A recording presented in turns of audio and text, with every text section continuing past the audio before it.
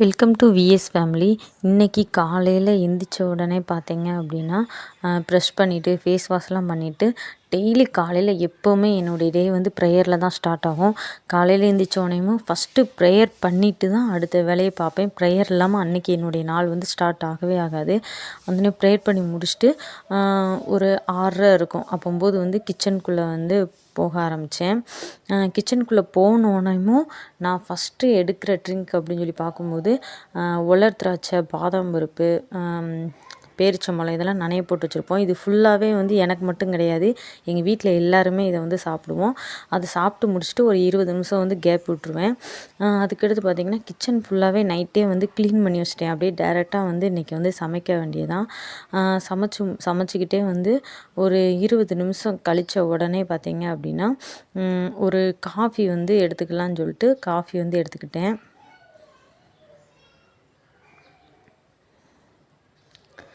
Coffee எடுத்து முடிச்சுட்டேமும் சமையல்லாம் பண்ணி கிட்ஸையும் ஸ்கூலுக்கெலாம் அனுப்பி விட்டுட்டு அதுக்கடுத்து வந்து கிச்சனையும் அப்படியே க்ளீன் பண்ணி முடிச்சிட்டேன்.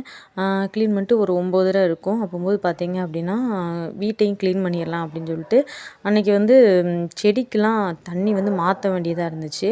அப்படியே செடிக்கெல்லாம் தண்ணியெல்லாம் மாற்றிட்டேன். இந்த பக்கத்தில் வந்து ஃபஸ்ட்டு வந்து அந்த ப்ளூ கலர் டப்பா வச்சுருக்கேன் பார்த்தீங்களா, அதுக்கு முன்னாடி ஒரு பச்சை கலர் டப்பா வச்சுருந்துருப்பேன். அது ரொம்ப பாசம் பிடிச்சி போய் இருந்தது. அதனால் அந்த டப்பாவே மாற்றிட்டு வேற ஒரு டப்பா வச்சு செடியை வந்து வச்சுட்டேன். இந்த மாதிரி வீட்டுக்குள்ளே வந்து செடியெல்லாம் வைக்கிறதுக்கு யாருக்கெல்லாம் பிடிக்கும் அப்படிங்கிறத வந்து கமெண்ட்ஸில் சொல்லுங்கள். எனக்கு ரொம்பவே பிடிக்கும்.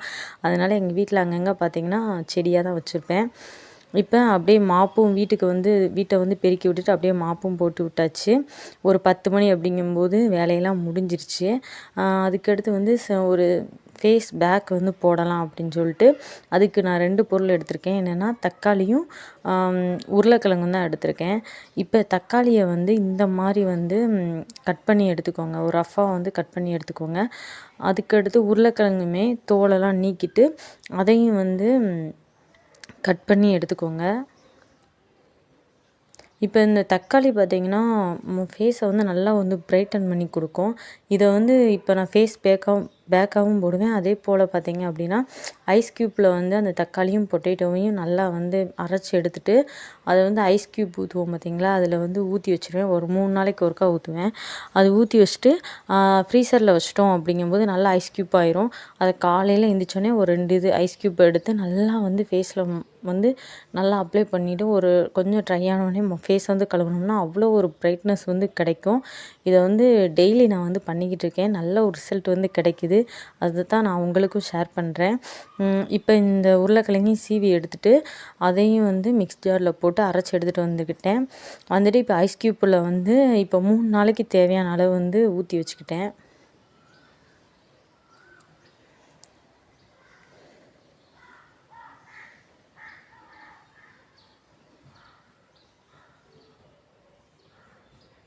இப்போ இதை ஊற்றி அப்படியே வந்து ஃப்ரீசரில் வந்து தூக்கி வச்சாச்சு. இப்போ பார்த்திங்க அப்படின்னா ஃபேஸ் பேக் தான் போட போகிறோம். அதுக்கு பார்த்திங்கன்னா ஒரு பவுலில் வந்து அரிசி மாவு வந்து ஒரு ஸ்பூன் வந்து எடுத்துக்கோங்க. நான் வந்து இடியாப்பத்துக்கு புளிவோம் பார்த்திங்களா, அந்த அரிசி மாவு தான் எடுத்திருக்கேன். அது ஒரு ஸ்பூன் எடுத்துகிட்டு இப்போ தக்காளியும் அந்த உருளைக்கிழங்கையும் அரைச்சி வச்சுருக்கேன் பார்த்திங்களா, அதையும் இதில் வந்து சேர்த்துக்கோங்க. சேர்த்துட்டு ஹனி தேன் வந்து ஒரு கொஞ்சம் போல் தேன் வந்து சேர்த்துக்கோங்க. அதுக்கடுத்து வந்து காபி பவுடர். அந்த காபி பவுடர் வந்து நீங்கள் எந்த பவுடர் உங்கள் வீட்டில் இருக்கோ அதை வந்து சேர்த்துக்கோங்க.